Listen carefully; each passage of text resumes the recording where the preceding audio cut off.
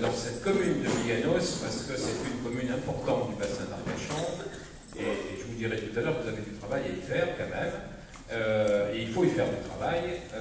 Commune importante du bassin d'Arcachon, par sa situation, par sa population, par son activité, par son dynamisme, commune particulièrement industrielle, commerçante, dynamique, donc avec des gens qui savent ce qu'est la valeur du travail. Et donc je crois qu'il y a quelques messages à faire passer. Alors, je ne vais pas représenter, si je vais les représenter tout à l'heure, mais j'allais dire, moi je ne suis pas candidat, hein, le tandem, c'est Yves et Philippe. Ben, à trois encore, ils n'ont pas... Peut-être que la voix va venir. Ouais, pourquoi pas. Mais finalement, on s'entendrait pas trop mal, et je crois qu'on travaillerait bien pour le bassin d'Arcachon. Mais bon, on a l'occasion de travailler, donc même si je ne fais pas partie de cette équipe, je les suis, je les soutiens avec vigueur, rigueur, fermeté et enthousiasme. Quand je vois l'équipe de pingouins qui constitue aujourd'hui le gouvernement, franchement, bon. Alors, là où je suis encore plus séparé, c'est que depuis qu'ils sont en place, le président et l'équipe, on nous les montre comme les meilleurs. Partout, les médias, on leur fait un profil de compétents, de gens qui vont tout réussir, de gens qui vont imposer leur vue au monde entier. Ça ne sera pas ça. Il faut arriver à couper cette espèce d'engouement avant la fin des législatives. Enfin quoi, tous nos ministres qui ont été nommés, ben moi je vais vous dire des petites anecdotes. Ma femme, elle regarde l'origine des gens, oui, de tous les ministres. Je suis sûr qu'ils sont tous de familles beaucoup plus riches que nous sommes ici. Hein. Donc ils n'arrivent pas du bon peuple. Hein. Et quand on regarde leur parcours professionnel, je me dis, où est l'homme d'entreprise? Est-ce qu'il y a un homme d'entreprise là-dedans? On parle de richesse, de production de richesse, de compétitivité. Où est l'homme d'entreprise là-dedans? C'est-à-dire qu'ils ont tous été payés sans savoir d'où venait leur salaire, quelque part. Alors bon, je suis peut-être un peu brutal ce soir, mais je tiens à le dire. Je tiens à le dire. Et puis, il y a quelques éléments qui me font rigoler, quoi. On a un ministre ou une ministre de la Justice. Bon. Elle va d'abord voir les détenus avant d'aller voir les victimes. C'est quand même un signe. Elle a été indépendantiste. Donc elle ne voulait pas respecter la Constitution française. Elle est aujourd'hui ministre de la Justice. Je ne parle pas des petites mesurettes saupoudrage dont on a dit que c'était le symbole.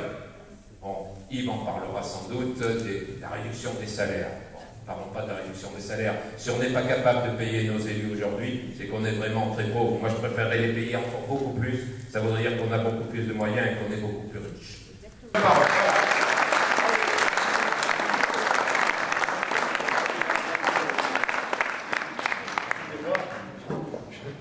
On laisse sa place absolument parmi nous, mes amis. Alors, pour celles et ceux qui attendent que je fasse des jeux de mots ce soir, vous serez déçus, mais le candidat principal m'a dit que c'est Philippe, ce soir on est sérieux. Alors, ça m'étonnerait, ça m'étonnerait. Je vais contrarier ma nature, mais tant pis, c'est comme ça. Oh là là, oh là là.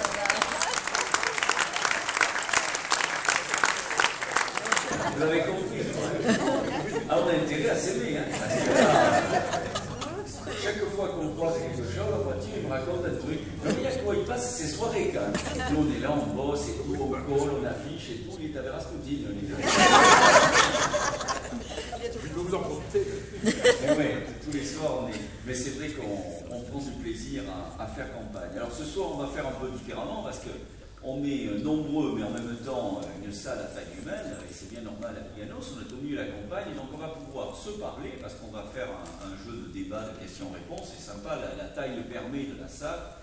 Et après, exceptionnellement, notre équipe de campagne, que je salue encore et je remercie pour tout le boulot qu'ils font, nous ont concocté un petit apéritif. C'est exceptionnel, parce qu'habituellement, on n'a pas droit à l'apéritif, on est trop nombreux et on manque de sous. Alors, comme on est un peu moins nombreux, on a vite mis quelques carafes de vin à votre service. Je voudrais remercier encore une fois Philippe de ce travail qu'il fait avec moi,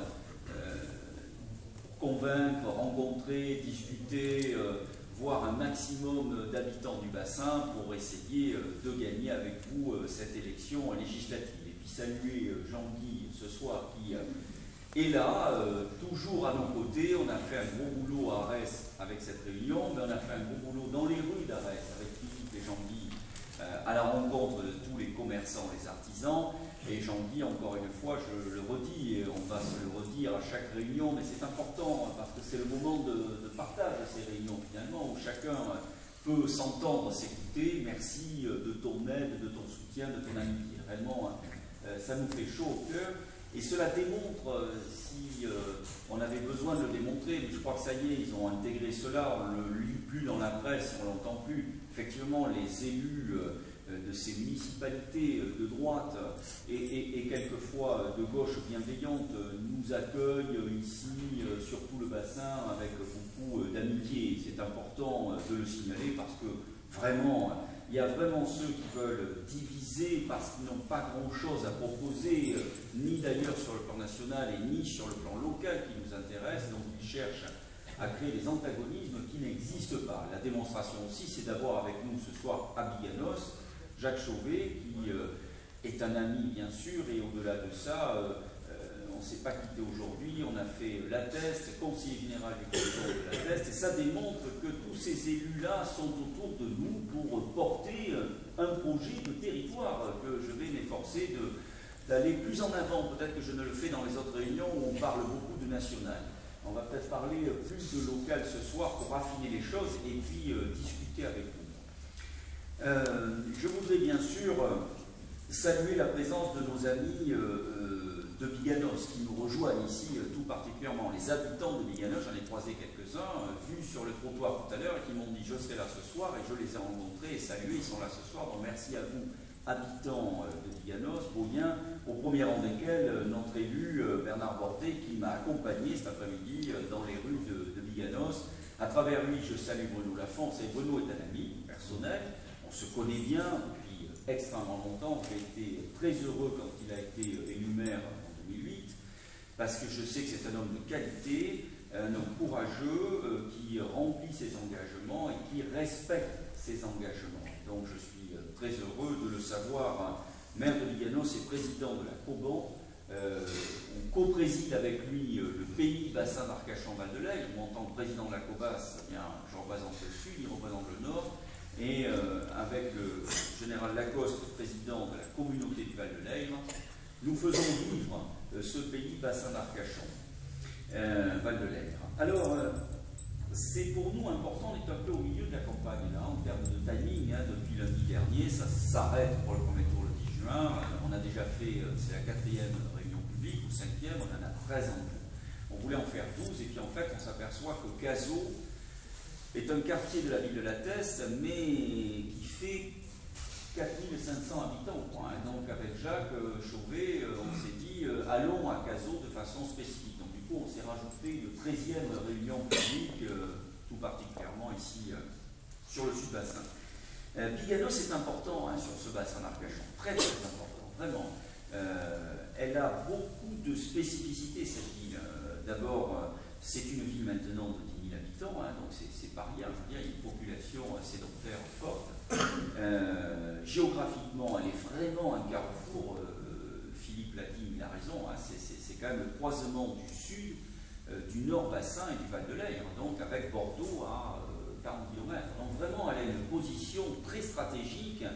Et par rapport à notre projet, à Philippe et moi, en matière de transport, il est vraiment au cœur de la géographie du bassin d'Arcachon. Donc c'est très très important ici d'y avoir une attention toute particulière. Et je suis d'autant plus heureux que ce soit Bruno qui la gère avec ses collègues élus qui sont ici.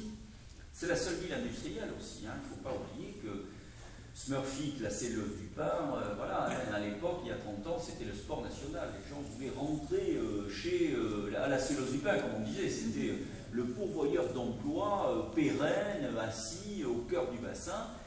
Et dans ce bassin qui est très touristique quand même, et avec des activités touristiques ou des activités comme l'ostréiculture et la pêche, qui supportent assez mal la cohabitation naturelle, produits naturels comme l'ostréiculture, la pêche avec une industrie, chapeau, parce que ça s'intègre parfaitement bien.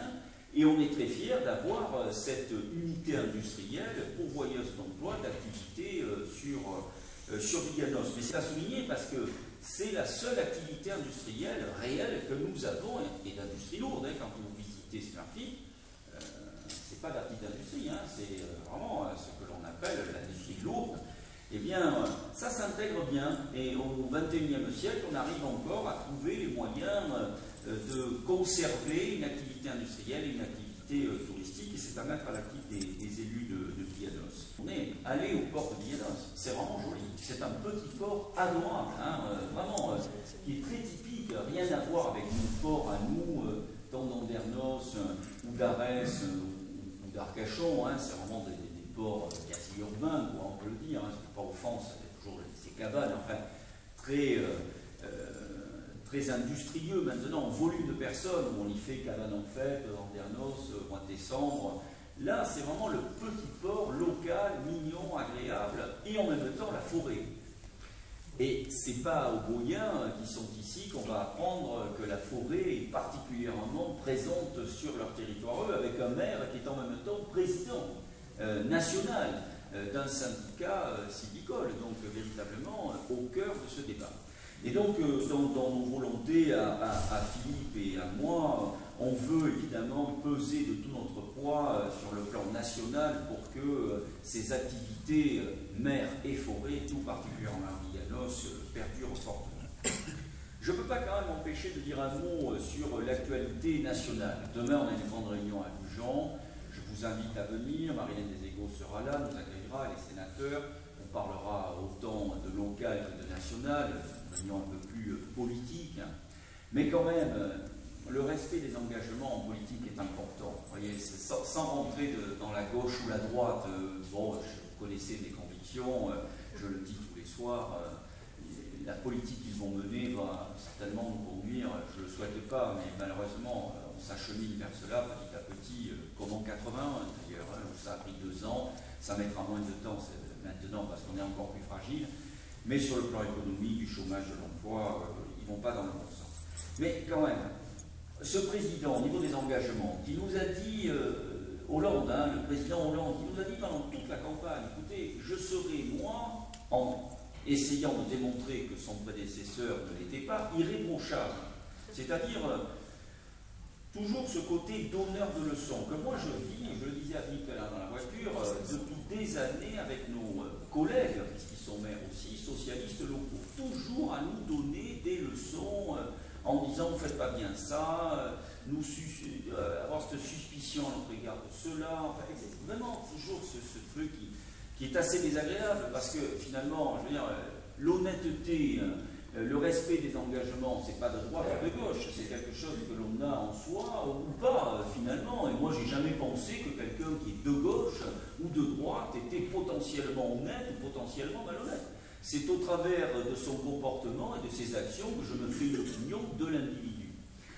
Quand il nous disait « je serai irréprochable et jamais je ne m'entourerai dans mon gouvernement de personnes qui ont subi une quelconque condamnation », et loin de moi l'idée de vouloir montrer du doigt ceux qui à un moment donné de leur vie ont été condamnés, c'est pas mon propos du tout. Moi je fais de la politique en parlant de conviction et pas en parlant du passé, du comportement des uns et des autres. Mais enfin, on s'aperçoit au bout de 8 jours, quand même, en étant clair avec cela, que le Premier ministre nommé a fait l'objet d'une condamnation, que Mme Taubira, ministre de la Justice, a fait l'objet d'une condamnation en 2004, et que maintenant, depuis ce soir, Arnaud Montebourg est condamné. Donc ça veut dire qu'en 8 jours, il y en a déjà 3. Alors, je ne dis pas que c'est bien ou c'est pas bien, moi je ne jette pas l'opprobre sur ces 3 personnes, que je considère d'ailleurs à titre personnel, si on me demandait mon avis, certainement très honnêtes. Ils ont été condamnés pour des choses qui ne les rendent pas des délinquants, mais quand même, à un instant T, pour pouvoir séduire les Français, de nous abreuver de leçons pendant des mois, et dès qu'il est nommé, mandaté par les Français, de faire exactement l'inverse, en s'entourant de 3 ministres, dont le premier et dont celui de la justice, qui ont fait l'objet de condamnations dans les 5 dernières années, eh bien écoutez, ça s'appelle prendre les gens pour des cons. Excusez-moi.